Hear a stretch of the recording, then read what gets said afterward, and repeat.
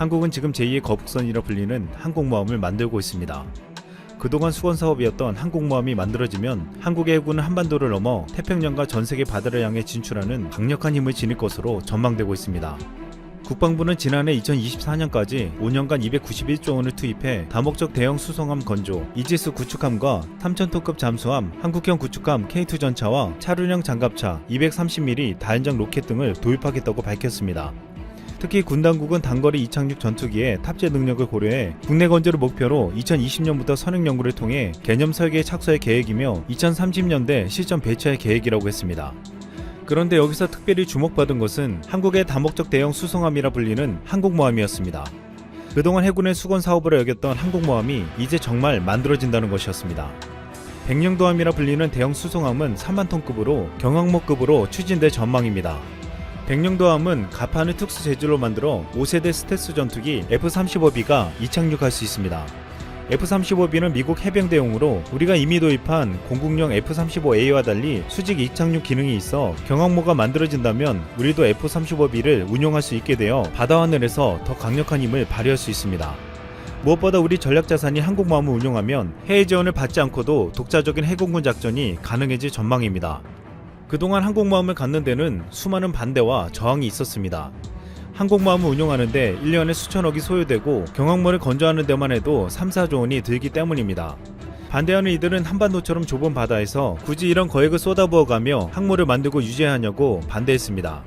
1990년대 중반 해군이 경항모 건조를 추진할 때 당시 군 수뇌부는 해군은 북한의 위협으로부터 연안을 안전하게 지키는 방향으로 전력을 건설해야 한다며 남한에 공군기지가 있으니 경항모는 필요 없다고 강하게 주장했고 결국 해군의 계획을 좌절시켰습니다. 하지만 이후 상황이 달라졌습니다. 우리 군의 모든 전략이 북한에 집중되어 있는 사이 중국과 일본이 해군력을 엄청나게 증강시켜 나간 것입니다. 중국이 항공모함 랴오닝호와 산둥호를 추격시키고 일본의 이즈모급 헬기항모 2척을 F-35B 운용을 위해 개조하기로 결정했습니다. 우리가 주춤한 사이 중국과 일본은 해군력을 증강시켜 나간 것입니다. 중국은 강대국으로 부상하면서 항모와 구축함을 급격히 늘려가며 아시아 태평양 지역에서 팽창 정책을 쓰고 있습니다.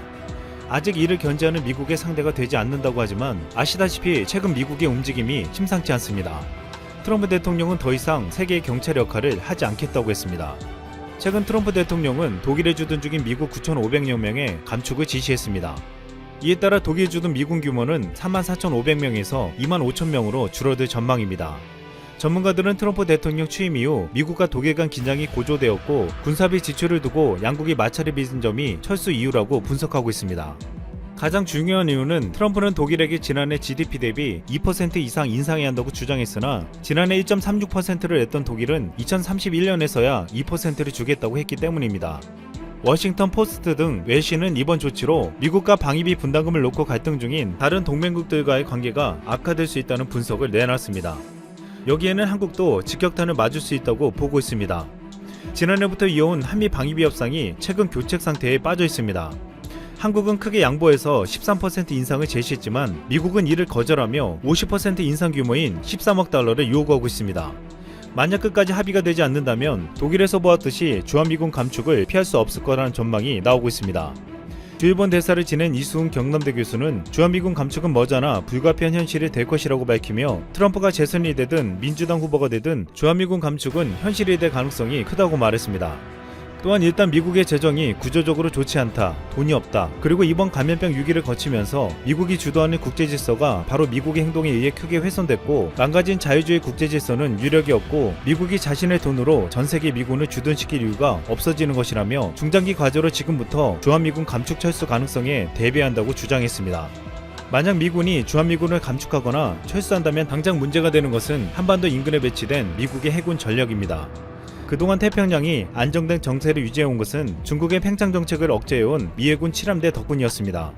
미 7함대는 세계 최강의 전력을 가지고 있어 중국이 대만을 직접적으로 건드리지 못하는 가장 큰 이유라고 보고 있습니다. 미 7함대의 관할 지역은 한반도, 일본, 러시아, 대만 등 남아시아로부터 동남아 동북아까지 가장 강력한 나라들이 모여있는 곳이었습니다. 그동안 7함대는 말라카 해협 서쪽 인도양에 이르는 해상 교통로를 지켜왔지만 미해군이 경찰 역할에서 손을 뗀다면 우리나라의 대항함대로 중동에서 제주도에 이르는 해상 교통로를 보호해야 하는 상황입니다. 미국이 주한미군뿐만 아니라 전력을 감축할 수 있기에 우리로서는 바다에서도 미군의 부재를 대비하지 않을 수 없게 된 것입니다. 이 때문에 한국이 항공모함을 만들어 해군과 공군의 전력을 증강시켜 스스로 보호할 수 있는 힘을 키워한다는 주장이 설득력을 얻고 있습니다. 중국뿐만 아니라 우리에게 더 위협적인 것은 일본입니다. 일본은 아직도 독도가 자신들의 땅이라고 주장하며 호시탐탐 도발하고 있고, 이에 맞서려면 해군력을 증강해야 한다는 주장이 오래전부터 제기되어 왔습니다. 일본은 과거 한국에 큰 피해를 주었음에도 오래전부터 우리나라의 땅을 자신들의 땅이라고 주장하고 있고, 한국의 강력한 반발에도 독도가 일본 땅이라고 교과서에도 넣었습니다. 심지어 한 일본 우익 정치인은 전쟁을 해서라도 독도를 뺏어야 한다는 망언을 하기도 했습니다. 이런 일본에서 한국의 해군을 얕잡아보고 하는 말이 있습니다. 한국 해군과 일본 해군이 맞서 싸우면 30분 내 한국 해군이 전멸된다는 말이었습니다. 이런 일본의 힘을 과시하며 그동안 독도 인근에서 초계기 도발을 하고 저공 위협 비행을 연속 시도하는 등 해상 위법 행위를 지속적으로 하고 있습니다. 우리의 항의에도 잘못을 인정하지 않고 억지 주장을 계속하며 국내 정치 지지율 확보를 위한 거짓말과 무례를 일삼았습니다.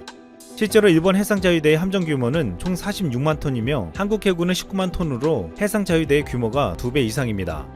일본 해상자위대의 전력이 우리보다 우세하지만 일본이 해상자위대를 사용해서 독도를 빼앗거나 한국 해군을 전멸시킬 가능성은 거의 없다고 보고 있습니다. 우리에게 일본에게 없는 엄청난 유력의 현무미사일과 강력한 육군 전력이 있기 때문입니다. 그래도 일각에서 한국의 해군 전력을 일본에 대비해서 증강시킬 필요성이 있다고 주장해왔고, 최근 20년간 한국 해군의 전력도 급격한 발전과 성장을 거듭해왔으며 이젠 항공모함을 만들어 해군의 전력까지도 일본을 압도하겠다는 전략을 세우고 있습니다. 일본 매체 JB 프레스는 한국의 해군력 증강 계획이 일본을 가상의 적국으로 상정하고 있는 게 아니냐는 우려를 하기도 했습니다. 무엇보다 한국의 경항모 건조 계획을 가장 크게 의식했습니다.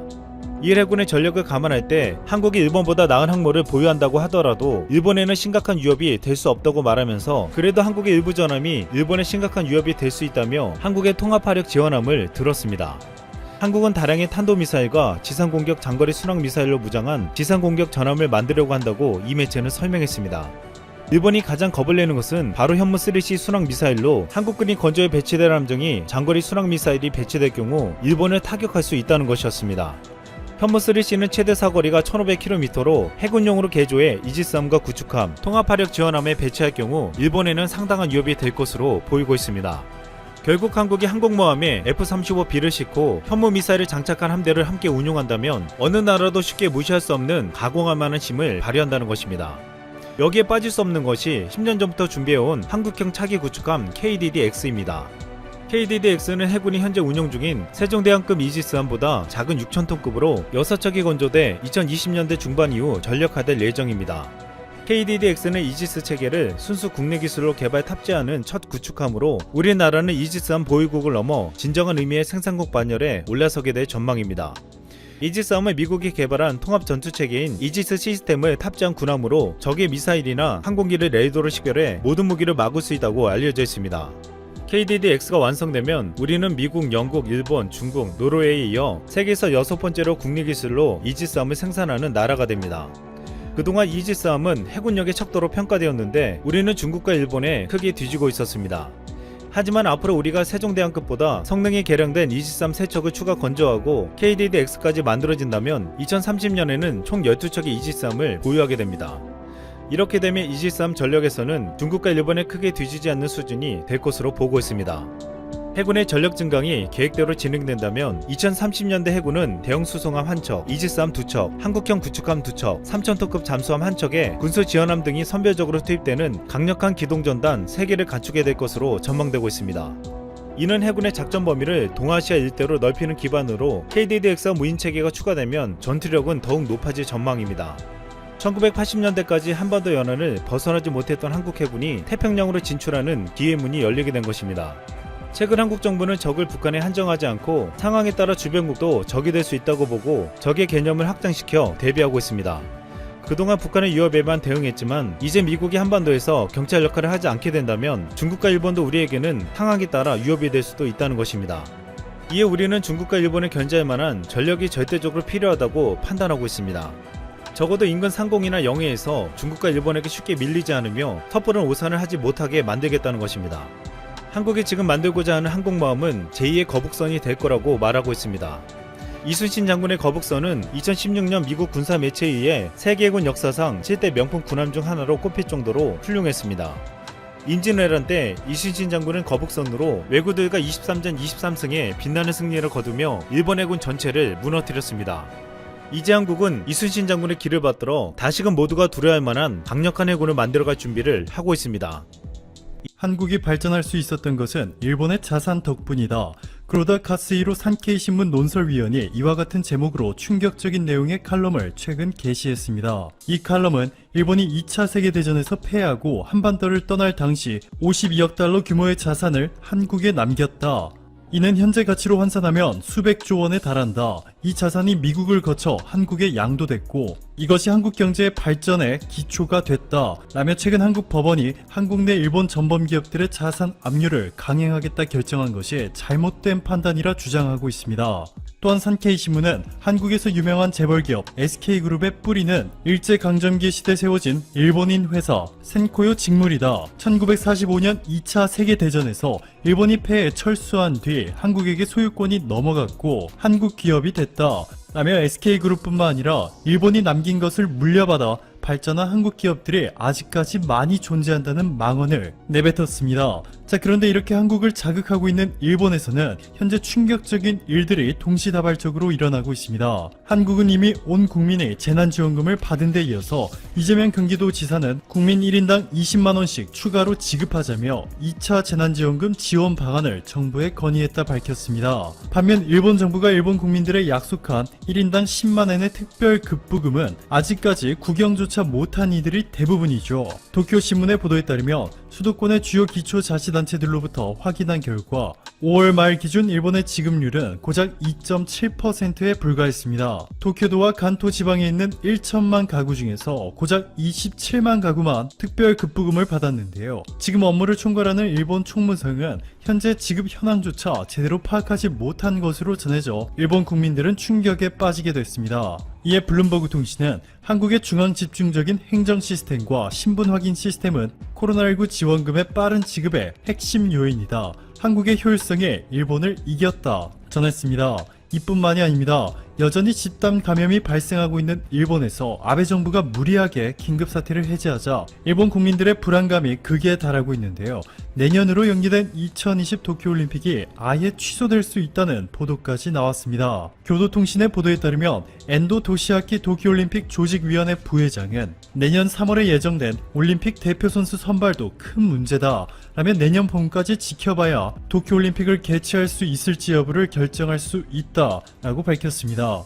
일본에서 코로나19의 확산이 확실히 잡히지 않을 경우 도쿄올림픽이 완전히 취소될 수도 있다는 뜻이죠. 토마스 바흐 국제올림픽위원회 위원장은 BBC와의 인터뷰에서 만약 2021년에 일본에서 도쿄올림픽이 열리지 않는다면 도쿄올림픽은 완전히 취소될 것 이라며 도쿄올림픽을 위해 조직위원회에서 3,000명에서 5,000명에 달하는 인원을 영원히 고용할 수 없다 전했습니다. 이렇게 일본 경제에 활력을 주는 유일한 원동력이었던 도쿄올림픽마저 이렇게 무산 위기에 놓인 상황 속에서 아베 총리가 편법으로 정년을 연장해 검찰총장으로 임명하려 했던 구로카와 히로무 고검 검사장이 도박 파문으로 결국 물러난 사건까지 발생하자 아베 총리의 지지율은 역대급 수준으로 폭락해버렸습니다. 지지통신이 최근 실시한 설문자료에 따르면 아베 정부를 지지하지 않는다는 의견이 61.3%로 치솟았고 이는 코로나19가 확산하기 시작한 이후 일본 정부의 대응이 얼마나 최악이었는지를 증명해주고 있습니다. 세계적인 투자가이자 로저스 홀딩스의 회장인 짐 로저스는 최근 30년 동안 아시아는 서양 대부분의 국가들과 비교해 빠른 경제 성장을 이루었고 코로나19와 관련해서도 빠르게 나라를 열기 시작했다. 아시아 국가들이 전 세계의 칭찬을 받고 있다. 그런데 일본 정부의 코로나19 대책은 아시아에서 최악이다. 일본은 실패했다. 일본의 인구당 사망자 수가 아시아에서 최악에 속한다. 일본의 대응은 한국보다 좋지 않았다. 일본의 문제는 아베 총리의 리더십도 좋지 못했고 일본에 있는 뿌리 깊은 문제도 있다. 일본 사회는 유연성이 부족하다 전했습니다. 반면 한국에서는 놀라운 일이 벌어지고 있습니다. 최근 미국에서 가장 빠른 속도로 임상시험을 진행한 회사가 모더나이고 그 뒤를 바짝 추격 중인 회사가 바로 이노비오입니다. 모더나는 1단계 임상시험 결과 45명 전원 코로나19 항체가 형성됐다 밝혔고 이미 임상 2단계를 시작했으며 다음 달에 3단계 임상시험을 시작한다고 발표했습니다. 믿기지 않는 속도인데요. 그럼에도 현재 전 세계가 주목하고 있는 회사는 따로 있습니다. 빌 게이츠 재단과 전염병 혁신 연합으로부터 총 170억 원을 투자받으며 순식간에 기업 가치가 1조 원을 돌파한 회사 이노비오. 이노비오의 대표가 바로 한국인 과학자 조셉 킴 박사입니다. 김 박사는 어릴 적 미국으로 건너가 MIT 공대를 졸업하고 펜실베니아 대학교 생명공학 박사학위를 수료한 뒤 2006년에 다보스 포럼에서 젊은 글로벌 리더로 선정되기도 했습니다. 그런 그가 최근 한국에서 연간 3천만 명이 접종받을 수 있는 코로나19 백신 생산을 준비하겠다라는 파격적인 발표를 했습니다. 조셉 킴 박사는 최근 한국에서 실시하고 있는 임상에 성공하는 즉시 한국 내 생산이 가능하도록 진행하고 있다. 라며 한 달에 250만 명 이상을 위한 백신을 생산해 1년에 3천만 명분을 생산해 내겠다 밝혔습니다. 3천만 명이면 한국 인구 5천만 명의 60%로 감염병 전문가들은 60%가 면역력을 가졌을 때 코로나19 팬데믹 상황에서 벗어날 수 있다고 전했습니다. 또한 김 박사는 이노비오의 임상 결과는 모더나의 RNA 백신보다 훨씬 더 안정적인 결과를 보여줄 것,